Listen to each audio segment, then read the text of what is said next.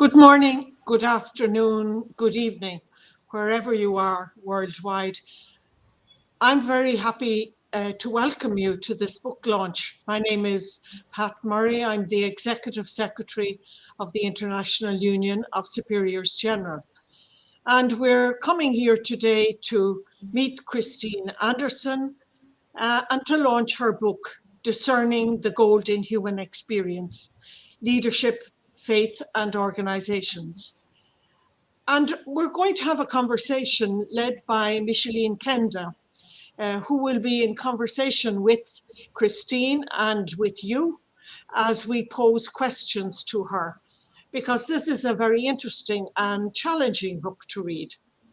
So first of all, let me introduce Sister Micheline. She's a religious of the Holy Family of Bordeaux. Micheline is from the Democratic Republic of Congo. She currently lives in Rome. She's a general counselor on her congregational team.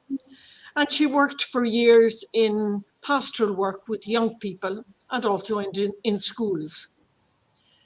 Micheline has also been involved in formation, and she has trained in the International Leadership Development Program, which Sister Christine will speak about later, as well as worked in facilitation.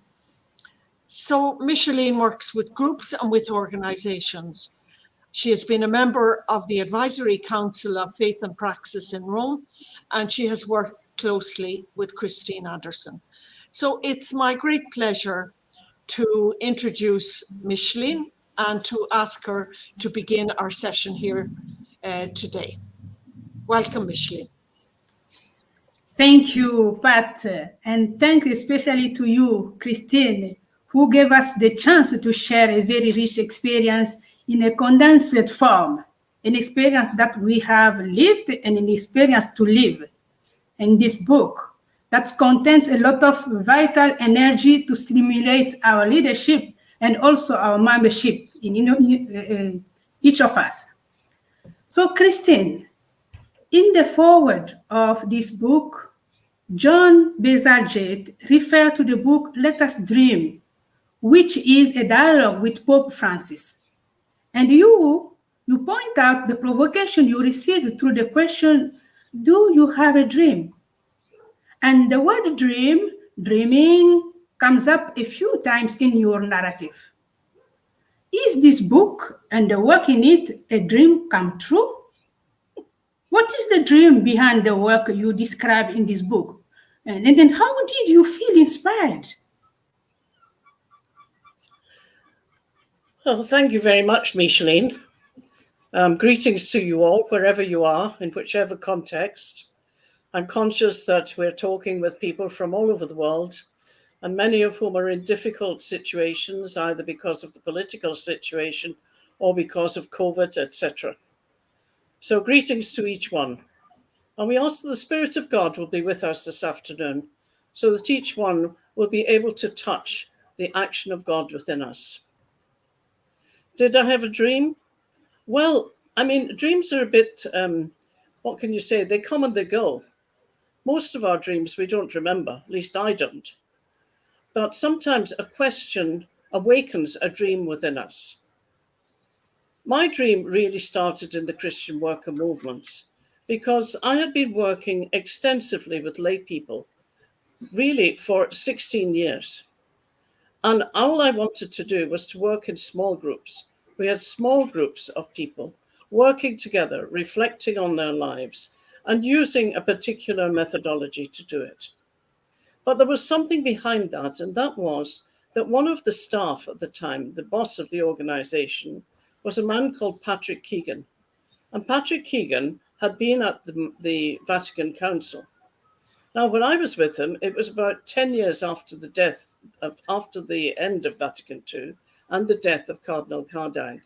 So he was still full of what had happened as they wrote the documents. I just imagined somebody sat in a corner and wrote a document, but it wasn't quite like that. So really, he had inspired me. I kind of learned about the council because it seeped into me day by day. It wasn't that I sat down and studied the documents. Anyway, as we progressed, one of the things that Patrick kept saying to me was that there was a dearth of understanding of what the role of the laity was in the world today. He wasn't just talking about people studying theology and having positions in universities or in the church, etc. He was talking about the ordinary man and woman who were going out to work every day or not going out to work as the situation was, and how they would relate their faith to their life. This really inspired me. And I had been sent to Rome for a year, having worked with these groups, and I nearly had a crisis of faith, really. Because what I saw there was so many people, like the seminarians, arriving in busloads in those days to the universities and seeing the wonderful formation they were being offered and how little was available to the laity. So the dream which Patrick and myself and Michael Foley, who was another staff member, had was that one day we would start an Institute of Lay Formation. We actually wanted to call it INSTAR, Institute of Social Training and Responsibility, based really on the social teaching of the church. But we had no money. We put £50 into a pot, but it stayed there. It didn't grow and it didn't diminish, but nothing happened to it. So eventually Patrick said to me, you know, if anybody's going to start, it's got to be you, Christine. You're younger, you've got more energy now, and it has to be somebody who's got a bit of support behind them, as I had the community of the faithful companions of Jesus. So that's what happened. And I had that dream, but it was 8 years after before the dream came into fulfillment. And it came back because of this question, which I received from the then director of the Grubb Institute of Behavioral Studies, where I was training as an organizational consultant. He was very challenging because he felt I was kind of stuck. And he said, but haven't you got a dream? And out of nowhere, probably the inspiration of the Spirit came this, yes, I do want to found an institute for the calling, the forming, and the sustaining of laity in their own mission in life. Thank you. That's how we started the Cricket Institute. Good.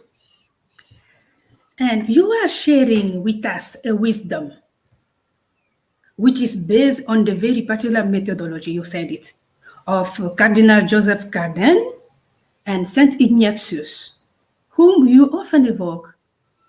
We know Saint Ignatius, the famous man through the spiritual exercises. How does the spirit, or let us say, the vision of Saint Ignatius come out of the gold in the process proposed by this program and by your work as a consultant? And how do the two perspectives, Cardin, Ignatius, two lights on each other? Thank you for that huge question, Micheline. I think the first thing I'd want to say is that I really focused the book on our experience. Experience is an absolutely fundamental aspect of both Cardin's methodology and Ignatius's methodology. They both start from experience. For example, with Cardin, the experience that the young Christian workers had day by day was what was reflected on every week in their meetings. With St. Ignatius, if somebody goes to make the spiritual exercises, the place where they start is with their experience as it is now, not hiding it up, etc. So that was one thing. Another thing was that they both led to practical action, that the spiritual exercises of St. Ignatius are for the transformation of society, just as the Cardin dialectic was also very much about the transformation of society. What Cardin had seen, and he was the son of a miner in Belgium, he had seen that we're all called to be sons and daughters of God now, but there was a theology around that meant run through this wicked world on a train marked heaven, and when you get there, you'll get your reward. And Cardin was making it very clear, no, we have a dignity today that comes from our baptism. So that was what his main thesis was. But the antithesis was that the situations in which people were living and working were terrible. There were great injustices, great poverty, great unemployment, and great oppression. And so he developed a methodology to reflect on this, which people call See, Judge, and Act. And it is really about looking at a particular fact that comes out of the spirituality and of their life during the week, and then reflecting on that in the light of the gospel and in the context. The context was absolutely essential to that. And I think that the exercises of St. Ignatius, that wonderful moment when we look over the world as we reflect on the incarnation, God looking down on this world, how important the reality of the world is. That we can't just jump from experience into spirituality, that the context, the economic, the social, the political, the cultural, was so important for both of these men. They might not have expressed it like that at the time, but it was certainly much alive in their spiritualities. So both of them led to practice, to some sort of practicality. Mhm. That was the idea. Sometimes they got stuck on the way, of course. But my experience of the young Christian workers, working with them even in Rome these last years, has been very much about them dealing with something which was very practical to them, something that they were working on week by week by week, and the accountability they had to each other about how they had actioned that. Thank you. Very interesting. Christine, you talk about faith as the ability to live with uncertainty. We are in a moment of a great uncertainty with COVID-19 now, and all changes that are taking place in the world and the church and religious life. How can the reflection in the book and your own experience enlighten us in this situation? I think that for all of us, we've been very much challenged, not just by COVID, but by the events of the world these last years. And what I would like to say about it is that no one of us has an answer.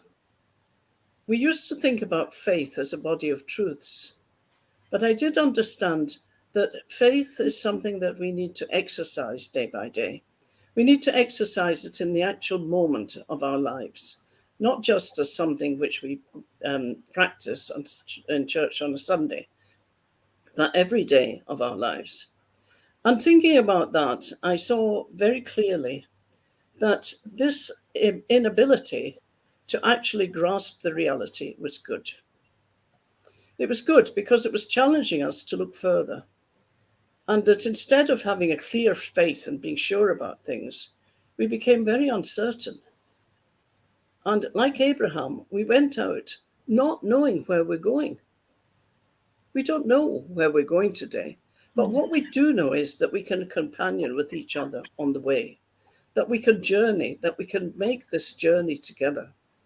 And what I've witnessed has been the tremendous hope and encouragement that people have received as they've made the journey together.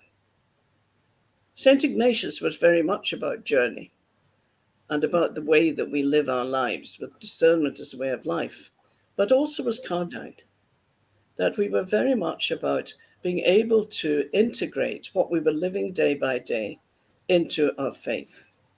I remember one night I was in a group in the south of London in a high-rise flat, and we were just about to start a group meeting when this guy turned up at the door, and he was still in his overalls. And the members of the group said, come, Daniel, come and join us. And he said, no, he said, I've no place in there. I just go to church on a Sunday and forget the rest for the rest of the week. I think what he didn't know was that what he was doing day by day in supporting his family, in working hard, was being part of the church. That this is what church is about, the domestic church, being in a church of the world day by day by day.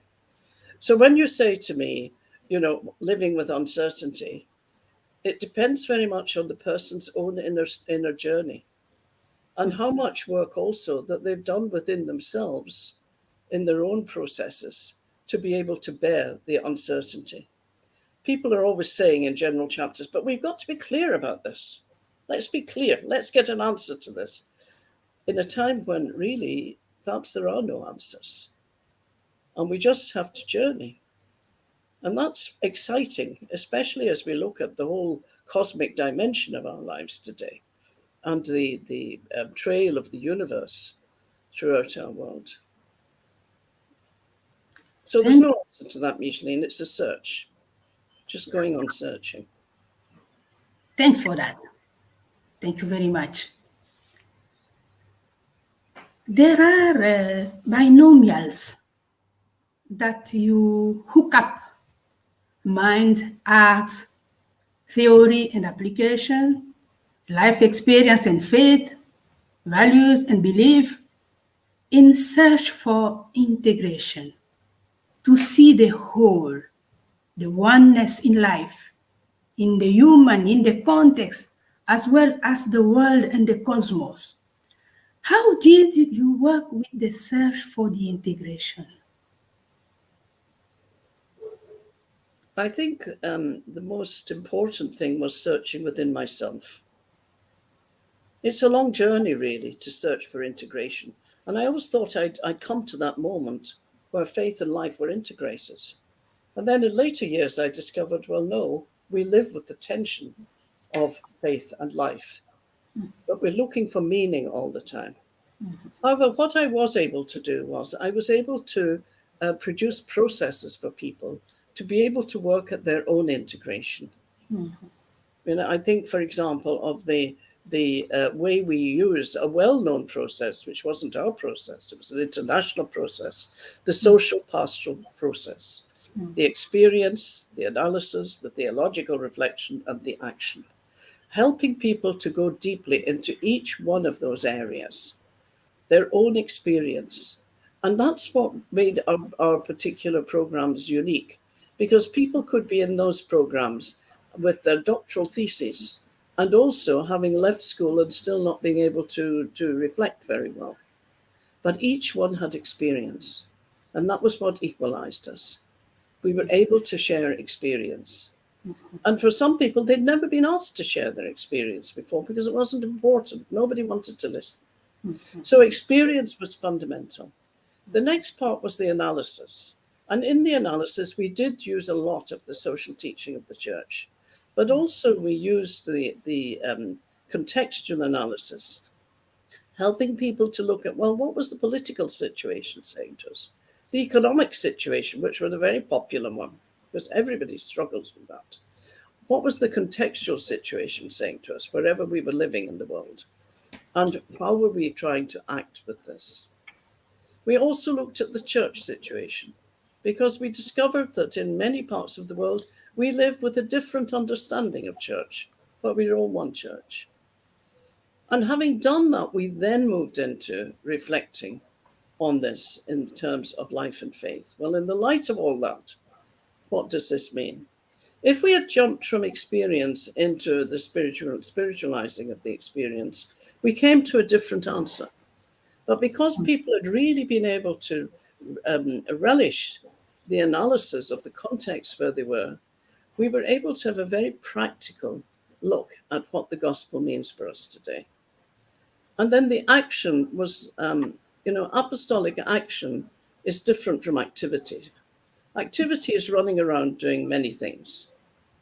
But apostolic action really was responding in faith to the issues which we had discovered in the analysis.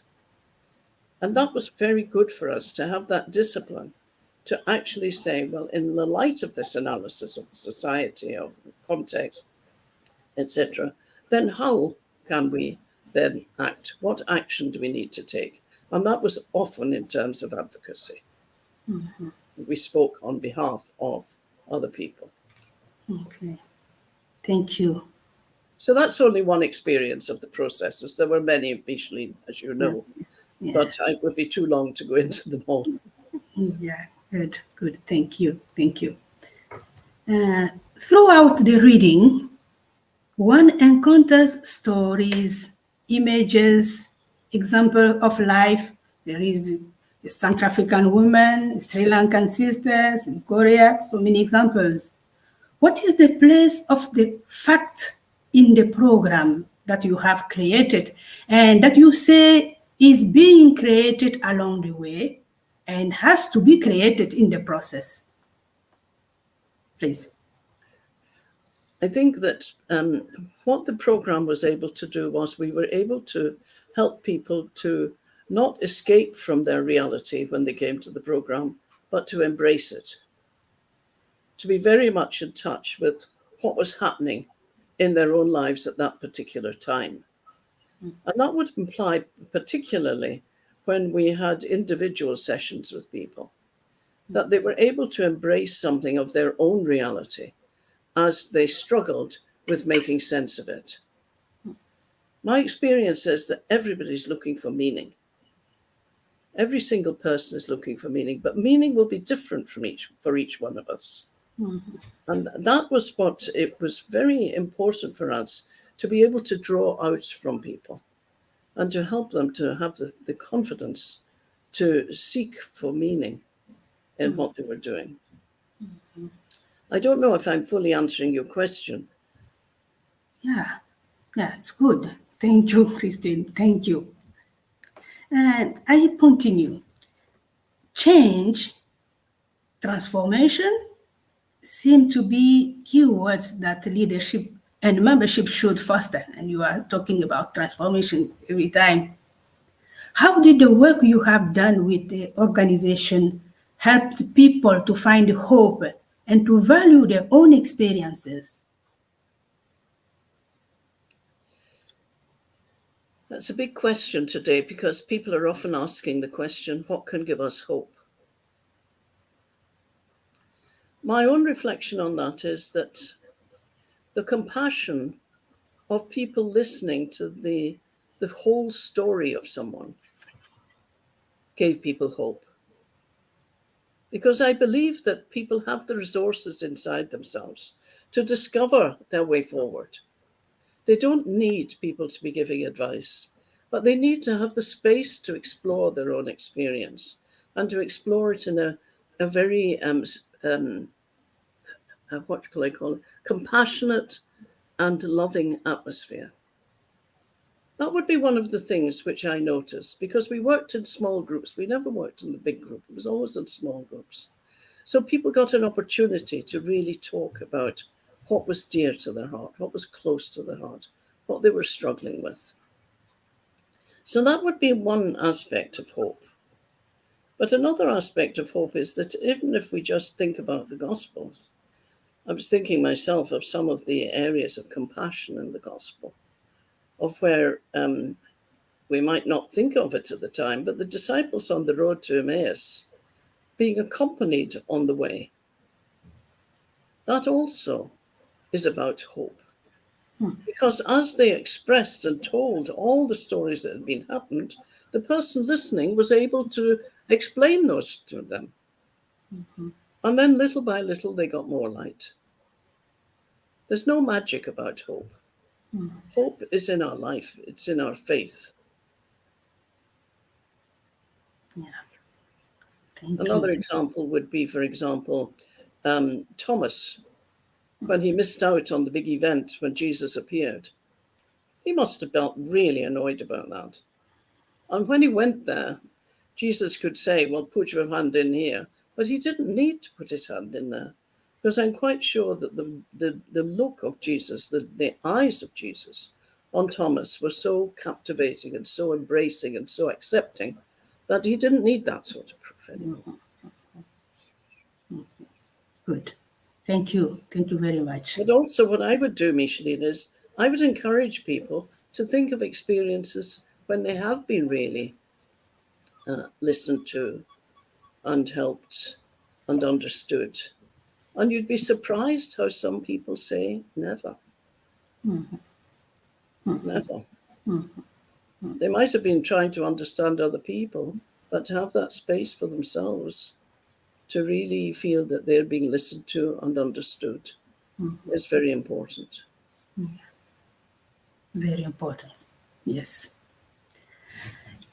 In the book, you have outlined different themes that arise from what you have experienced in different contexts, through different organizations, and from different learnings from your experience with various groups. Is this how you designed the book? Micheline, I came back to Scotland from Rome, from a busy life in Rome, and I was locked down immediately. So I sat looking at the four walls around me and thought I would just go crazy if I didn't find something to do. Mm-hmm. And so one day I sat down and thought, well, perhaps I could write.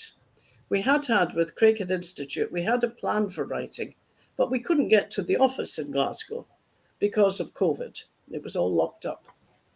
So I sat there one day and then I thought to myself, well, I could start to write. And then the question arises, of course, well, what will you write? And I thought, well, I'm going to write my experience. I'm going to write my experience. And I sat down and I made a list of different things I could write about. Okay. And those became the themes. Now, I could have chosen many others on different days, but those are the ones I chose those days. And they're not meant to be a thesis on each one of them. They're meant to be just to spark interest, to spark questions in people. And they gave me the sense of not going crazy in the 3 months when we were totally locked down before we could move out again. So that was how those themes came to be written. They were all themes that we'd worked with, all of them. But it was something about trying to embrace COVID, embrace the situation, and then find a meaning in what I was trying to do. Okay, thank you. Thank you very much. But some of the themes are more important than the others. You know, I think you highlighted to me yesterday or the day before something about crisis and how it is important for people to reflect on their own individual crises and their political crises. Well, I've written quite a lot about that in the book because that is very important. You know, because people can sometimes just crumble and their faith crumbles in crisis, and others are able to embrace it and continue and reflect on it. But we don't do it alone. We never do it alone. And even this morning, Peluca Benevente, who was one of my core staff members in Rome, she wrote to me saying, the book encapsulates many of the themes that we've worked on together over these many years. That's what we were trying to do. We were trying to put into words some of what we had done. But because I was on my own, okay, I could talk to people on the phone, etc. That was what I came up with. Okay, thank you. Thank you very much. Dear participant, you can also write your question in the chat and Christine will answer some of them. And while they are writing their own question, and you can receive one more, Christine. In your work as a consultant, you listened, trying to understand the meaning and the causes of the situation. You said it, getting people to touch the point of the problem. Sometimes people are confused themselves. How did you develop this sense, a deep sense of analysis in yourself and in others without getting discouraged when life is tough? Also with compassion and yet keeping distance at the same time. I was so fortunate, Micheline. I had been asked several times to facilitate different groups, etc. And my superior at the time, a woman who has died now, Anne-Marie Ryan, she had a vision of what this could look like. And she said, if you're going to facilitate, you need a professional training. And so she enabled me to train as an organizational analyst. And I can never say enough about how grateful I am for that professional training, because it really helped me to get a distance between what I would feel about the issue and what others were feeling. Because often we dealt with very emotional issues as people explained their particular situation. And so the methodology that we developed through the praxis events in the leadership program or the role consultations became the heart of the program. I think anybody who's followed any of the programs we've done, or even in large leadership programs, you know, when all the leaders of a congregation get together and we give them the opportunity to work on what's concerning them at the time, that has been the core of the program for them. In the evaluation, it's always high on the list about how much they learn, not just from their own issue, but about how other people were really struggling. Now, to go into all the details of the formation for that would be a bit much. But what I can say is that it was hugely respectful of the reality that people were presenting. It was also respectful of the participants who were listening. But the big rule was nobody could give advice. Advice was out. We actually created a space for people to be able to work, and they worked with the consultant, either myself or Feluca or one of the other staff members, going through this analysis of the situation. And then from the analysis, the others were able to reflect not on what these were saying, but on what was happening to them. Because each one of us only holds part of a whole. So even if you say, oh, this country has a big problem, it's our country. It's part of our whole as well. You know? So the role consultations were very expensive, very important. And they were demanding on the staff because they were quite long. But at the same time, if we could hang in there with the participants, it was really worthwhile. Okay. Thank you. You've experienced it yourself, so you would know what I'm talking about. But unfortunately, we're talking with a lot of people today who have not experienced that sort of thing. But what I could say to everyone is to be aware of your own inner process, to get the help to work on your own material, what's going on for you. Thanks, very profound. I'm going to come in here and just say, you know, Christine, as I listen to you, I have my own questions, because I'm saying to myself, this is wonderful insight into how we are to reflect and process our experience as individuals. Now, how do we bring that to the organizational level? Because so many of us are working in different contexts, whether it's a parish or a diocese or in the context of family or a religious community. And on the one hand, we want to bring it into the informal, into our everyday lives. And on the other hand, there are special moments like general chapters or leadership meetings. So I'd be interested to hear, you know, what you have to tell us in bringing the methodology and the approach into these contexts. Okay, that's a great question, Pat. I mean, I think that one of the things that I haven't spoken about is systems theory. And the thing about systems is that the system helps us to look at the whole. You know, like a congregation in general chapter has set up a particular system for a particular time. And within that system, there are activities that take place within certain boundaries.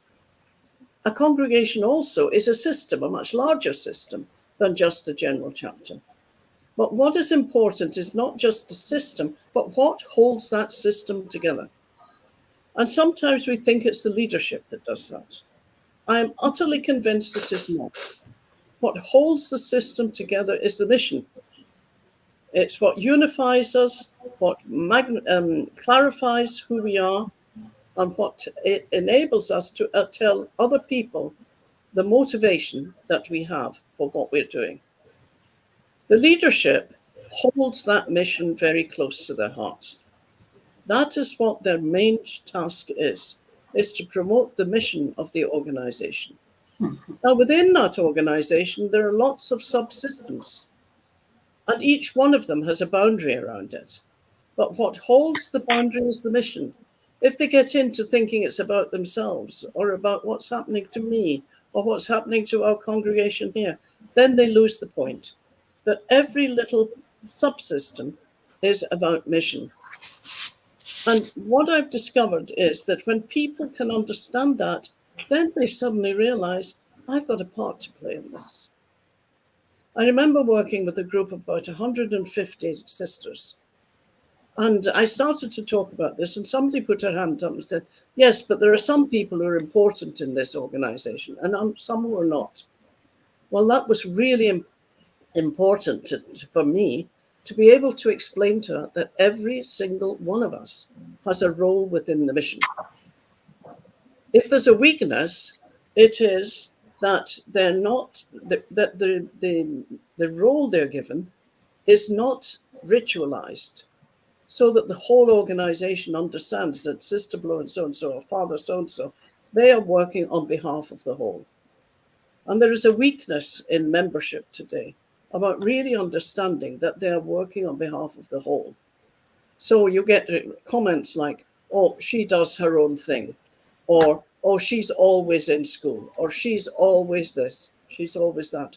I think it's really important that we understand that whatever people are doing, they're doing on behalf of me, on behalf of the whole congregation.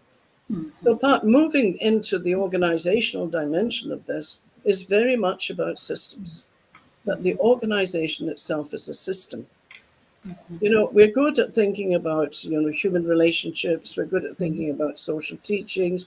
We're good at thinking about the scriptural background. We're good at thinking about development education. But we've been weak in understanding not just that we're an organization, but how to work with an organization. Because organizations have to be worked with every single day. They're never in one place. You just think you've got it to one place and something else falls off. So we've got to be constantly calling people back to mission. Another example would be if somebody goes on visitation and they say to the sister, and how are you, dear? Well, they're hostage to fortune, because what do they get in response? They get all her problems and all the things that she wants to complain about, or all the things that are not going well or are going well. But if you ask another question, which is, well, tell us, how are you getting on with this part of the organization? How is your mission going?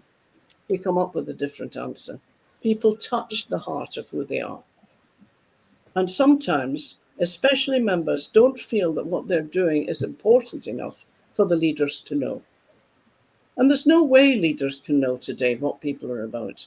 We're all living such very different experiences. It's not as though we're all in a school teaching, or in a hospital or in a parish. And so you have leaders who don't have the experience of what many of the members have.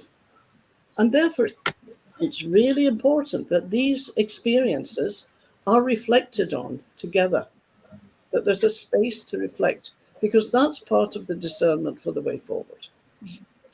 I have a question here for you from Emili. He's asking, what would you say has been your biggest learning over the last few years? Is that Emili Turu? Yes, it is. He was my replacement when I left Faith and Praxis. My biggest learning, always to work with a team. That's really always been very important for me, both in Craighead Institute and in Faith and Praxis. That would be one thing. Another thing would be to keep a journal, to not just keep a journal of what did I do today, but a reflection on what I've done today. I have some of my journals here with me, and really they read like a novel. They're fascinating when I read them now. I just wish I'd had the confidence to keep writing. And also, I think one of the things is to enable people when they've had an experience, not just to run on to the next one, but to reflect on it and to share it. You know, we get too busy and we go running on without having to share it.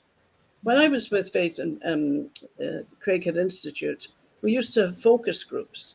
And we would focus on one staff member, and that member was able to share what their work had been about this month and how it had affected them and where they saw it going, etc. Those were very profitable sessions. Yeah. The other thing which was very profitable, which the young Christian workers do better than the religious, is the review of life. Every week they do a review of life. And that is wonderful because they're really reviewing how God has been present in their life this week. The review of life in religious congregations is very much linked, one, to mission, and two, to accountability. Because if the mission hasn't been put in place well, then it's impossible to evaluate it. There's no clear aim. So when people are sent on a mission, they need to be sent with a clear aim. I don't know if that answers Emily's question. Yeah. Well, he'll come back to us. He will. Yes, another. Claire Hand asks, what would you say is the most important mission to which religious are called today? The mission of Jesus Christ. We're all in one mission. You know, nobody's mission is more important than another. You might have expressions of ministry that are important, but I wouldn't want to say that this expression is more important than that expression. I think that an old sister in a care home is just as important as somebody who's just setting off. And we're challenged by ageism today of actually recognizing that the prayer of that sister is really important for the development of the mission and for the ongoing discernment. You know, so I wouldn't want to say to Claire, there's one more important than the other. That's a ministry. And people have different gifts. They can do different things because they've got different gifts. But that's not the core of it. We've only one mission, and that's the mission of Jesus Christ. Yeah. Somewhere in your book, you talk about connections and communication. And that seems to me very important in terms of the role of leadership in holding the mission of all the members of in those all those subsystems we're part of that we forget we're part of. Would you like to comment on that, or is that Well, I think it's worth a comment, Pat, shortly. Yeah. I think one of the things that's happening just now is there is a disconnect. There can easily be a disconnect between leadership and membership. And what brings about the disconnect is a different experience. And not having the time to go to the end of the story. You know, I remember one sister saying to me, you know, we had a visitation and I really wanted to talk about this. But the general, she wanted to talk about that. And I didn't get a chance to tell her about what I was really concerned about. Or she asked me what I was doing, told me I was doing a great job, but she didn't explore it with me. Because today we're called to be the explorers of our time. We're meant to explore how God is working among us. And I think that we don't communicate well because we don't have the opportunity to take the time to connect with each other. And I don't think that's all the responsibility of leadership. I think it's the responsibility of membership as well, that we need to take the time to connect. And I can strike my own breast and say, well, I get busy and, you know, I might connect to a few, but I don't connect to the whole, etc. But it's something about being able to express different experiences and respecting differences. You know, and sometimes people who are living a very different way don't want to express what they're living, even if they're mission to it, because it might raise questions, eyebrows, etc. Peluca asks you, what next, Christine? That's a typical Peluca question. Maria Peluca Benavente was my core staff member in Faith and Praxis. And we worked very closely together, particularly for Africa, and with Africans in the training of the trainers. I don't know Peluca, but there are several ideas going around. One would be to write a workbook on the book itself, you know, to take each chapter and to do a workbook on it. I did a radio interview a few weeks ago, and there they were asking me to do some YouTubes on the different chapters. But I honestly haven't decided yet. I think there's a lot of reflection that we need to do still on what's in the book. And I have to trust my colleagues, both internationally, especially our African colleagues in Benin and Zimbabwe and Kenya and Tanzania, etc., in Burkina Faso, that they would really think about these things and make them their own in a different way. I remember once being asked, would I Africanize the program? And I said, no, that's not my job. How can I Africanize a program? The Africans need to Africanize the program. And some of them are doing it extremely well and much better than we're doing what we are doing, you know? So that, Piluka, is what I would say. Keep on doing the training, the trainers.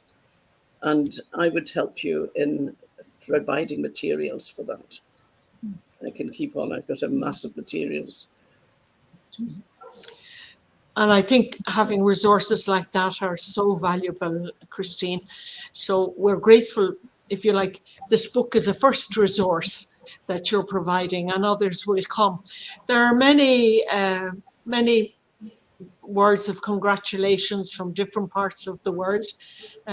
People encouraging you to dream on, thanking you for all that you've done over the years.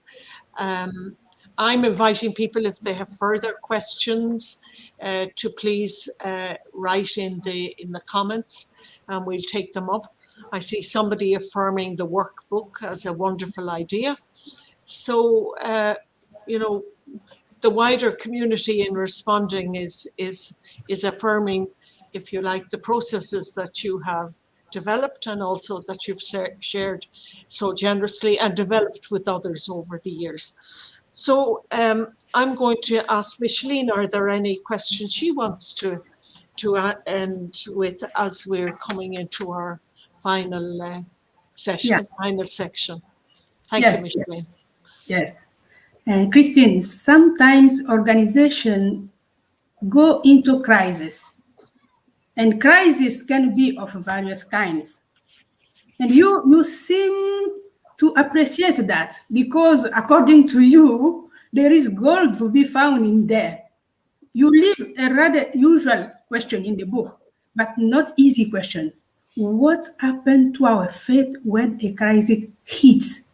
So, what is really happening? How do we go about discovering this gold?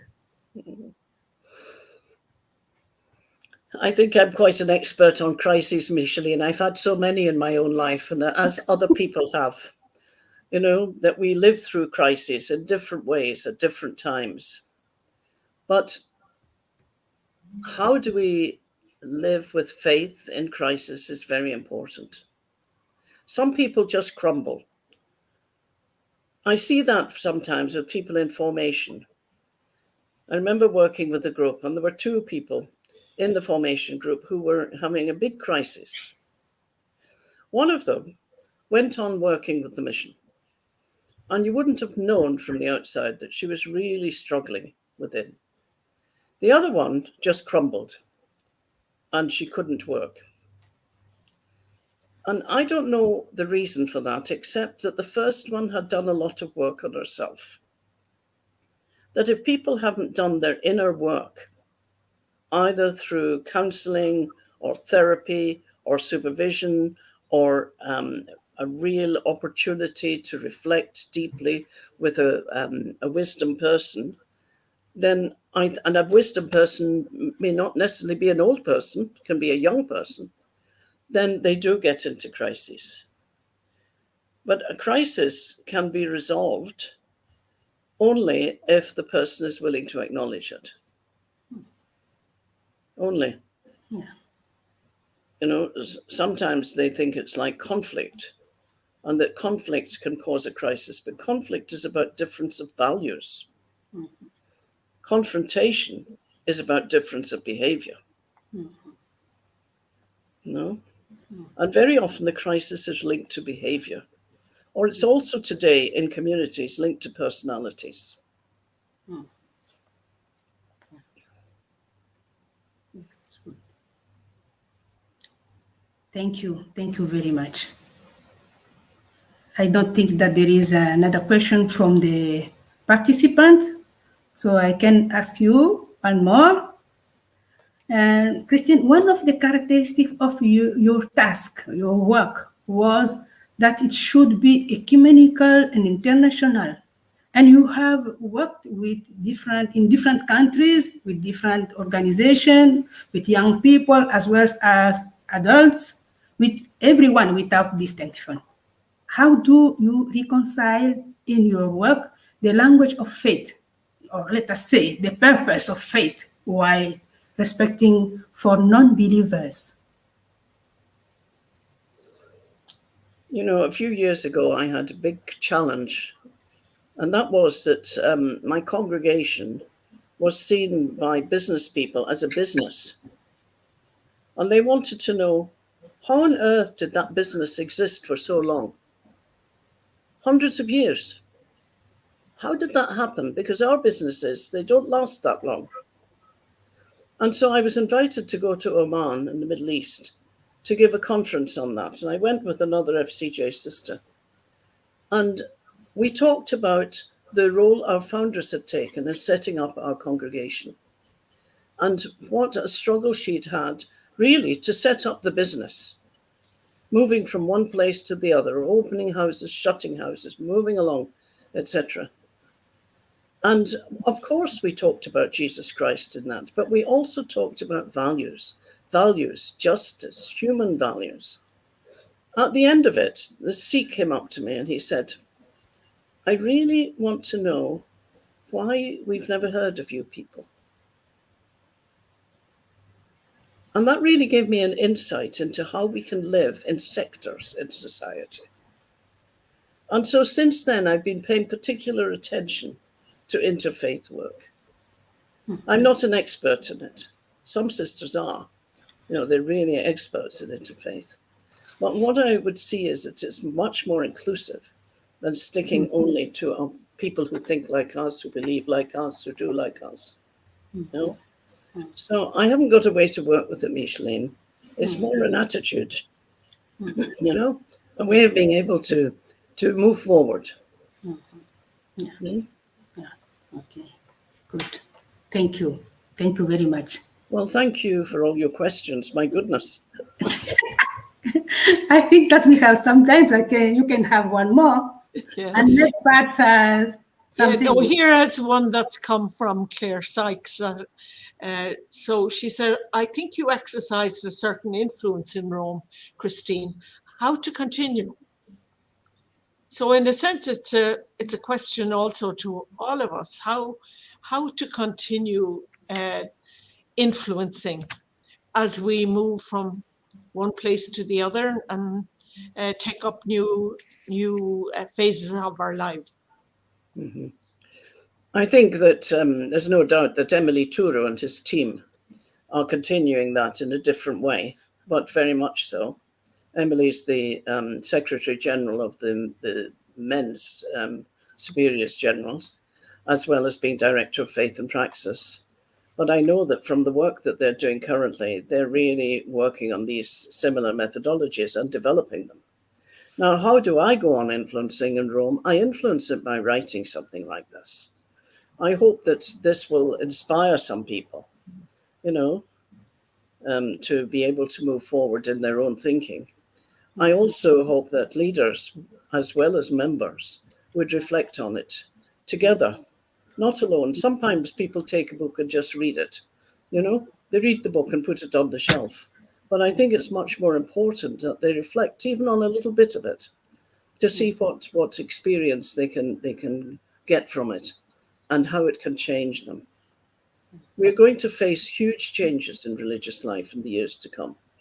And I'm just hoping that by putting down some landmarks, we can continue to work at our organizations and continue to serve the church and the world. It's good. Thank you.